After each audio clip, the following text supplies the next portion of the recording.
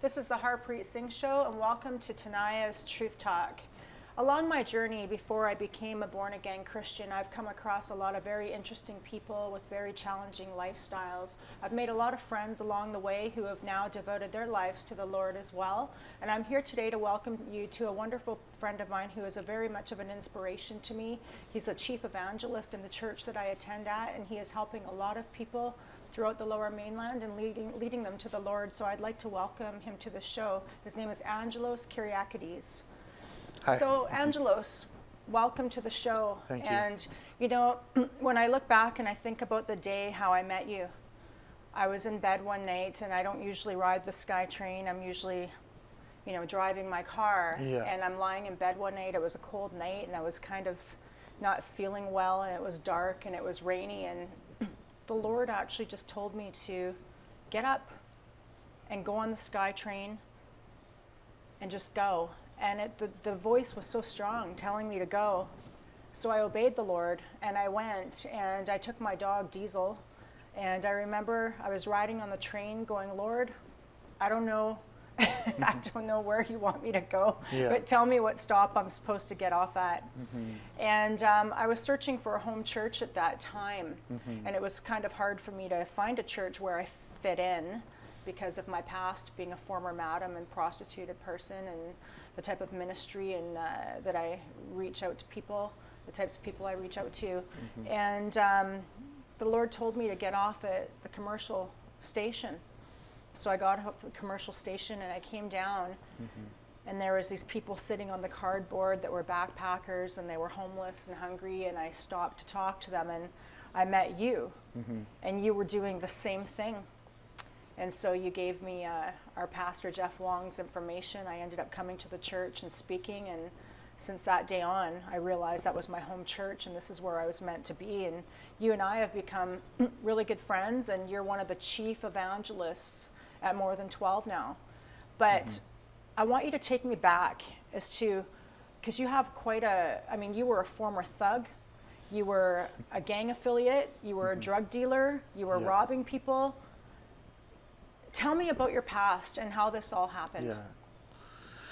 Well, first of all, it's just really, you know, I'm unbelievably grateful for what God has done in my life. I mean, if God was never there throughout my youth and my teenage years, there's no telling where I would be right now. I probably would have been making a lot of money, but at the same time, I would have been at risk of either being in jail for a long time or maybe even not being around anymore. So I kind of started a bad path when I was 12 years old. My dad was a pretty emotionally abusive person. He was really angry. I love my dad with all my heart. He's mellowed out a lot now, but there was a time when he was really angry, and he would just fly off the handle for no reason at all. And I grew up being a very angry kid. So I would become like, I was probably the worst bully that I knew or that I've ever seen. That's right. And it's ironic that you say that, because when I was reading your testimony, you were such a bully. But to sit here across from you today and know the Angelos that I know, you are the most lovable big teddy bear. It's only God that could have done that to your heart. Like, what kind of things were you involved in? I mean, you were robbing people, a drug dealer, gang affiliate. Tell me more about that. Well, you know, I started doing drugs when I was 12 years old, and started drinking alcohol when I was 12 years old. And and like I said, I was a bully. I was getting into lots of fights, and I was basically, my goal in life was to become what, you know, people call big time. I wanted to be a Hell's Angel. I wanted to be a gangster or whatever, and I just tried to hang out with the worst people, and I tried to make my way in the criminal world as any way that I could. So looking back now, what would you say it was that you were striving to be? Because you say you wanted to be a Hell's Angel. You wanted to, you know, you wanted to be the baller. Right? What was it that made you want to be like that? I just wanted money, power, and respect. So you thought that you could get your money, your power, and respect through doing that. Okay. So, like I said, I started doing drugs when I was 12 years old, and by the time I was 16, I was using all kinds of drugs. I was using cocaine regularly. I was doing acid, mushrooms, and all these other kinds of drugs. And I loved drugs with all my heart. And there was nothing more that I enjoyed than getting high. And but nowadays I get high on God. And it's a much better high. You know, it's funny that you say that, because I've always told people, like when I'm witnessing to people that are on drugs and stuff, I say, you know what, Satan tries to counterfeit everything that the Lord does. I go to church, I get drunk in the Holy Spirit, and I'm high on the Lord. But before, I used to get drunk and high on drugs. But when you do it the devil's way, there's always a repercussion. You wasted your money, you're hungover, your life's just going down the tubes. And it's like Satan tries to mimic everything that the Lord does, but in a wicked way. So this is what you were doing to get your fulfillment. Okay. The fortunate thing about my story is that whenever, I mean, this has happened more than 10 times, where whenever I was heading down a path that was going to lead me to either making lots of money and then ending up in jail, or just you know, being involved with the wrong people. Anytime I was about to do that, God would he would send something to happen, and I would turn away from that path. And time and time again I kept on trying to head down the wrong path. I made it my goal to become big time. But he had his hand on your life. Yes. Yes. So there were times when I was supposed to do big drug deals with, you know, biker gangs, and there were times when I was supposed to sell crack and heroin and stuff like that. And one time I was on my way. My friend's like, "Okay, I'm gonna teach you how to sell crack and heroin. We're gonna do a dial-a-dope. Get a dial-a-dope line going. Yeah. And he's like, "Okay, I'll come pick you up, and we'll do it." So time came. He didn't come pick me up. He said, sorry, something came up and I couldn't make it, but I'll come for sure next week and we'll do this for sure. Okay. And then next week came along. He said, "Oh crap, something else happened. I can't believe this happened again." And at that time I was praying to God, and I was like, "God, if you don't want me to do this, do it one more time." Okay. And this is unheard of. Like, this guy's never sold me out. He's never done anything like that. And then the third time came around. He's like, "I'm coming for sure this time, and we're gonna make money together." Yes. And third time came around, same thing happened. He said, "Sorry, something came up, and I couldn't do it." And I said, "Okay, you know what? Like, I believe God doesn't want me to do this, so I'm gonna step away." That was just one time. There's tens of other stories just like that. But I was heading down a path that was not the greatest, but God, you know, shooed me to the right direction. He had his hand on you. Yeah. Your whole life, and was guiding you away from that. Yeah. So when you were a bully and you were bullying people, hurting people, dealing drugs, which you know, essentially destroys young people's lives. Yeah. Where was your conscience and your mind at that time? Yeah. How did you feel about doing that at that time? It's funny. I would always, my conscience was always very strong during my growing up. Right.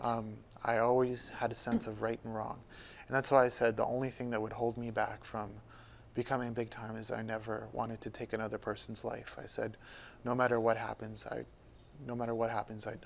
never want to take another person's life. And unfortunately, that's an initiation to get into many of the gangs nowadays, as it gives you credibility, and you do have to take somebody's life. Yeah. So that's one thing that stopped you. Yeah. So when you were going through all that, did you come to a point in your life where things started to just get so bad that you turned to God, or how did it start building up to where your life started slowly changing? Well, like I said, I've been praying to God since I was like 10 years old, right? Okay. And there was times later on down the road when I started praying, and I was beginning to fall in love with God, and I said, "Okay, God, like, you know, I'm involved in a bunch of bad stuff, but I would like to live for you, and I want to like give my life to you, God." Right. And within like months, circumstances started happening that led me to a place where I could undeniably give up all my sins and give up all my bad habits and everything that was holding me back.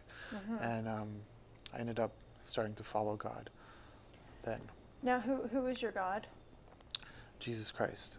So what was it that brought you to start following Jesus Christ? Well, interestingly enough, there's two parts to my story. Okay. One part is turning away from my sins, Right. and another part is finding Jesus among the midst of other religions. Right.